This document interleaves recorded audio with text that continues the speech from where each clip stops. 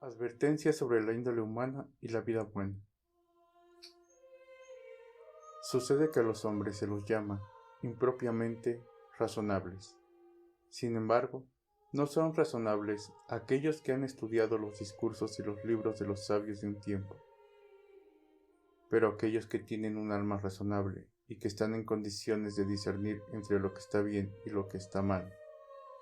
Aquellos que huyen de todo lo que es maldad y que daña el alma, mientras que se adhieren solícitamente a poner en práctica todo lo que es bueno y útil al alma, y hacen todo esto con mucha gratitud respecto de Dios. Solamente estos últimos pueden ser llamados en verdad hombres razonables.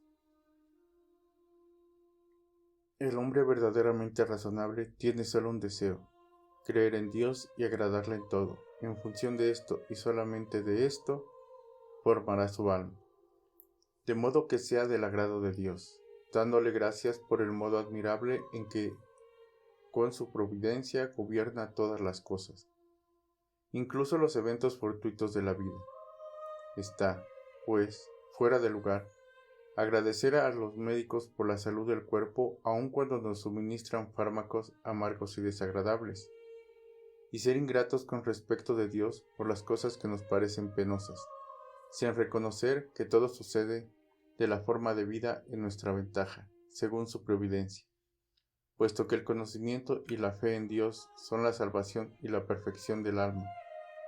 Hemos recibido de Dios la continencia, la paciencia, la temperancia, la constancia, la soportación y otras virtudes similares a estas como excelentes y válidas fuerzas. Estas, con su resistencia y su oposición, acuden en nuestra ayuda frente a dificultades de esta tierra. Si las ejercitamos y las mantenemos siempre prontas, nos ayudarán de tal modo que nada de lo que nos suceda nos parecerá áspero, doloroso o intolerable.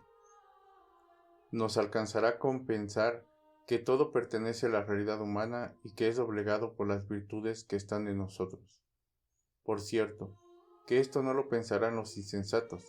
Estos no creen que todo evento es para bien, que sucede como debe suceder para ventaja nuestra, a fin de que las virtudes resplandezcan y que recibamos de Dios la corona.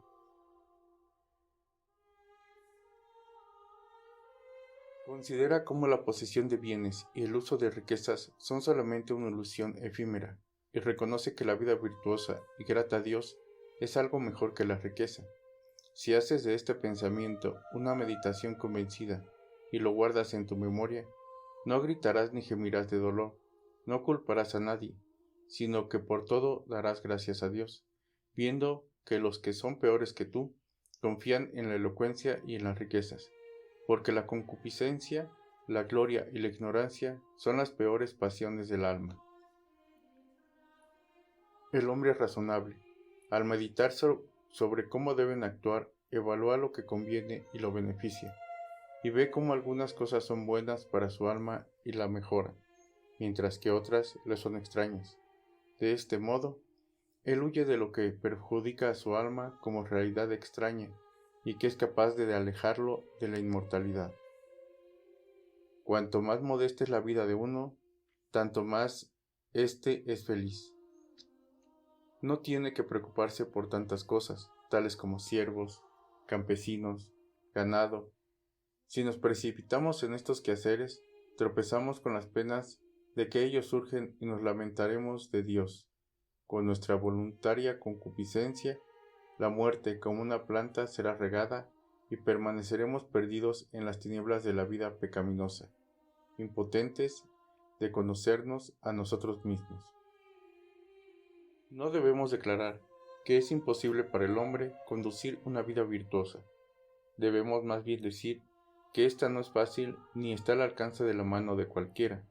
Toman parte de una vida virtuosa todos aquellos que, de entre los hombres, son píos y dotados de un intelecto amante de Dios, porque el intelecto ordinario mundano es también voluble, produce pensamientos ya sean buenos como malos, es mudable por naturaleza, y sus cambios tienden a la materia, mientras que el intelecto ocupado por el amor de Dios está al resguardo de la malicia que el hombre voluntariamente se procura con su descuido.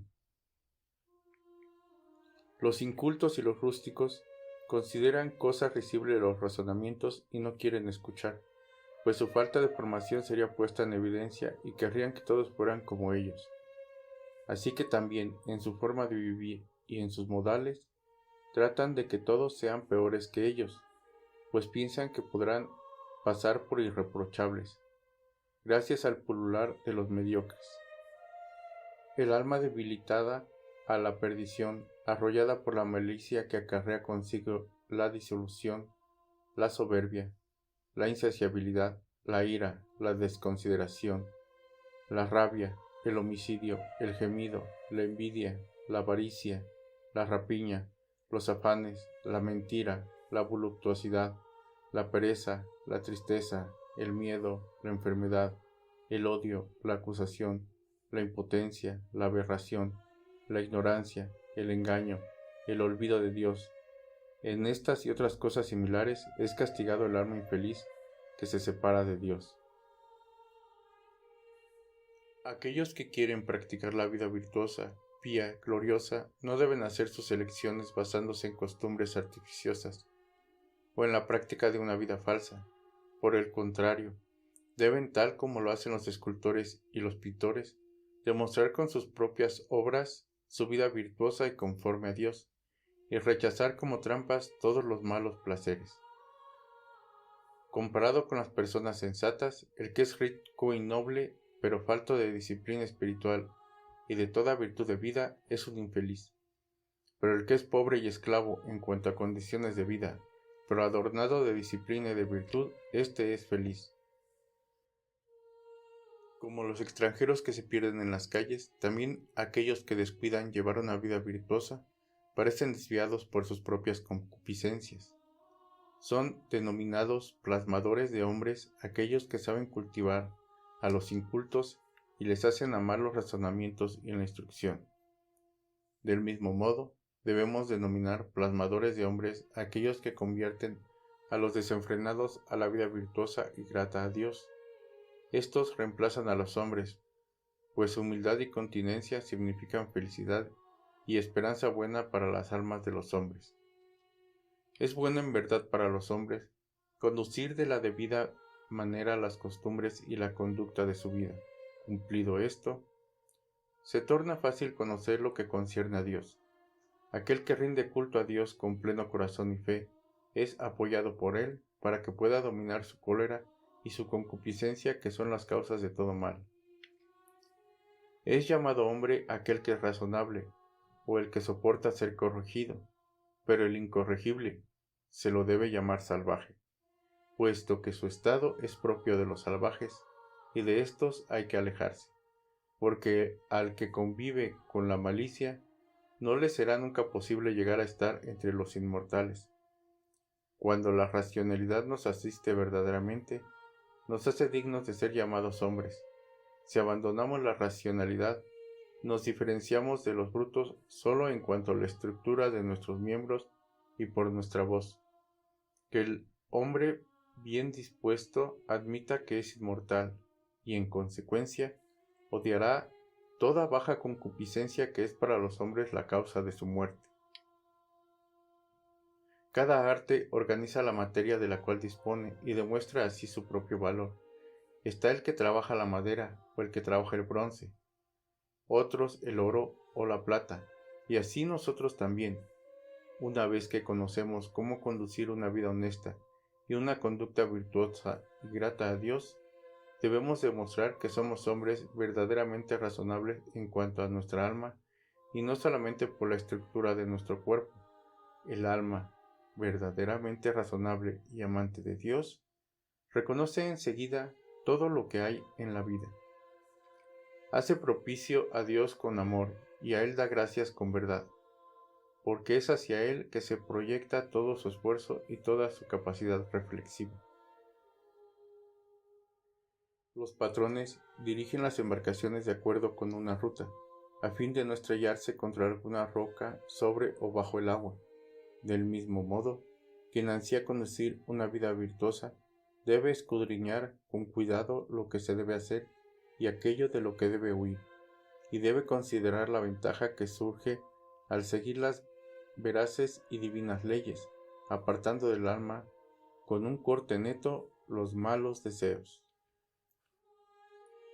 Los patrones y las aurigas cumplen con estudio y atención la tarea de la que se ocupan. De la misma manera, es necesario que el que practica la vida recta y virtuosa ponga todo estudio y preocupación en vivir de un modo conveniente y grato a Dios. El que realmente lo desea y entiende que puede hacerlo, procede creyendo hacia la incorruptibilidad.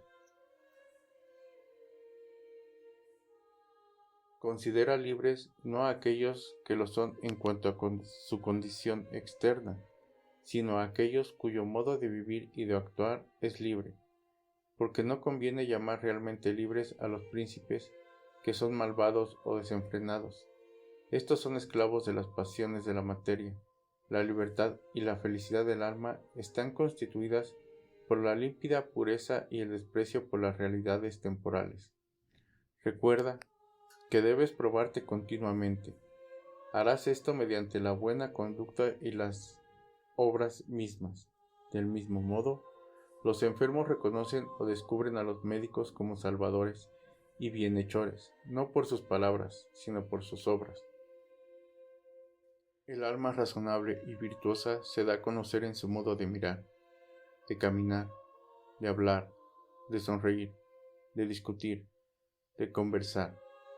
Esta transforma y corrige todo de la manera más digna, y ello sucede porque el intelecto, ocupado por el amor de Dios, es un custodio sobrio, que obstaculiza el acceso a los malos y turbios pensamientos. Examina lo que te concierne y considera que los jefes son los patrones, y tienen poder solamente sobre tu cuerpo, pero no sobre tu alma. Ten siempre presente este pensamiento. Por este motivo, si ellos cometen homicidios, acciones equivocadas o injustas y dañinas para el alma, no debes obedecerles, ni siquiera si someten tu cuerpo a los tormentos. Dios ha creado el alma libre y dueña de sí misma para actuar con bien o mal. El alma razonable se aleja prestamente de los caminos por los cuales no le conviene transitar, el de la altanería, el del desenfado, el del engaño, el de la envidia, el de la rapiña y así sucesivamente. Todas estas son obras de los demonios y de una determinación malvada. Por el contrario, con celo y estudio perseverante, todo es posible para el hombre que no permite que su concupiscencia sea libre de lanzarse sobre los malos placeres, los que conducen a una vida modesta y alejada de lujo. No creen en los peligros ni necesitan custodios, sino que venciendo la concupiscencia en todo, encuentran fácilmente el camino que conduce a Dios. A los hombres razonables no les es necesario ocuparse de múltiples discursos, sino sólo de aquellos verdaderamente útiles, guiados por la voluntad de Dios. Es así que los hombres se acercan de nuevo a la vida y a la luz eterna. El que busca la vida virtuosa y ocupada por el amor de Dios debe abstenerse de estimarse a sí mismo y a toda gloria vacía y mentirosa, para aplicarse con buena disposición a esta vida y a una conveniente enmienda de su propio juicio. El intelecto estable y amante de Dios es un medio de ascensión hacia Dios y camino hacia Él. No trae ninguna ventaja el aprendizaje de los tratados si el alma no conduce una vida aceptable y grata a Dios.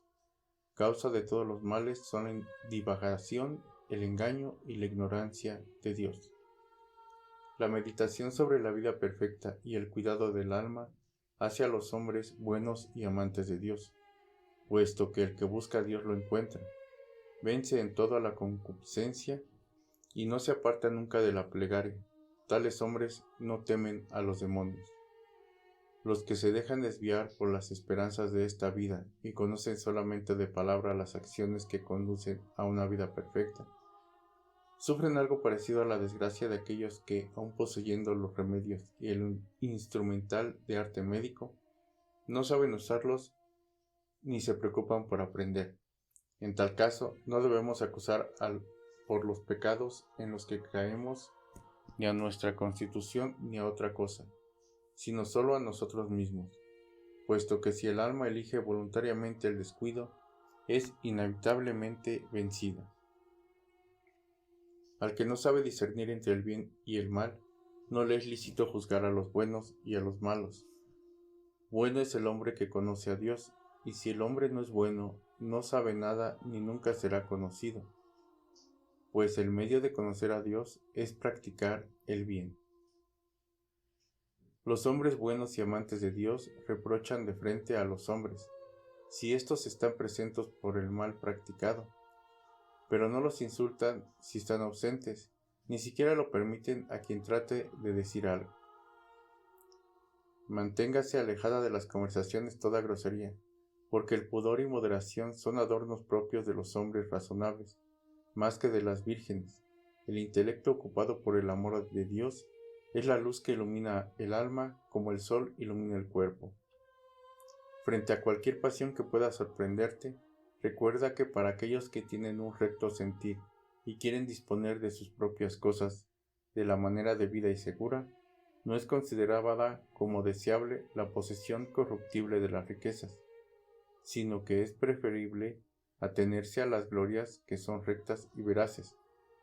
Estas lo hacen feliz, mientras que las riquezas pueden ser sustraídas y sujetas a rapiña por parte de los más fuertes. La virtud del alma es la única posesión segura, inviolable y capaz de salvar después de la muerte a aquellos que la han adquirido. Si tenemos sentimientos como estos, las ilusiones de la riqueza y de otros placeres no podrán arrastrarnos. No conviene que los hombres inestables e incultos pongan a prueba a los hombres que viven razonablemente.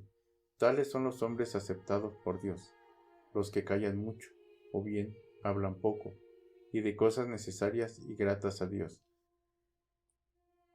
El que persigue la vida virtuosa y amante de Dios, cuida las virtudes del alma y las considera como su propia posesión y su eterno regocijo. Se sirve de las realidades temporales según le es permitido, y como Dios da y quiere, las usa con toda alegría y gratitud, aunque observando absolutamente en todo su justa medida. Los manjares suntuosos dan placer a los cuerpos en cuanto a realidades materiales, mientras que el conocimiento de Dios, la continencia, la bondad, la beneficencia, la piedad y la humildad deifican el alma. Los poderosos que fuerzan con su mano a ejercer actos equivocados y dañinos para el alma, no tienen sin embargo ningún dominio sobre el alma misma, que ha sido creada como dueña de sí misma. Ellos atan el cuerpo, pero no la voluntad. El hombre razonable es su dueño, gracias a Dios, su creador. De este modo, este es más fuerte que toda autoridad, que todo sometimiento y que toda potencia. Los que consideran como una desgracia la pérdida de las riquezas, de los hijos, de los siervos o de cualquier otro bien, sepan que, primero, hay que sentirse contentos con lo que Dios nos da, y luego, cuando hay que devolverlo, esto debe ser hecho con prontitud y generosidad, y no debemos enojarnos por esta privación, o, mejor dicho, por esta restitución, puesto que hemos hecho uso de cosas que no son nuestras, y que debemos restituir. Es obra de hombre de bien no malvender nuestro libre juicio para atender la adquisición de riquezas, aun si, por casualidad, nos encontráramos con una gran cantidad de las mismas. Las realidades de esta vida son similares a un sueño, y la riqueza no ofrece más que apariencias inciertas y efímeras. Quienes son verdaderamente hombres tienen un celo tal de vivir según el amor de Dios y la virtud, que su conducta virtuosa resplandece sobre los otros hombres, así como sucede cuando se coloca un detalle púrpura sobre las partes blancas de los vestidos para adornarlos y se destaca, poniéndose en evidencia. Es así como los hombres deben practicar con máxima y evidente solidez las virtudes del alma. Los hombres deberán examinar la fuerza que poseen y de cuánta virtud interior disponen, y así se prepararán y resistirán a las pasiones que los asaltan, de acuerdo con la fuerza que tienen y conforme con la naturaleza recibida como don de Dios. Por ejemplo, contra la belleza y cualquier concupiscencia perjudicial para el alma, existe la continencia. Frente a las fatigas y la indigencia está la constancia. Frente a los insultos y el furor está la paciencia, y así en adelante.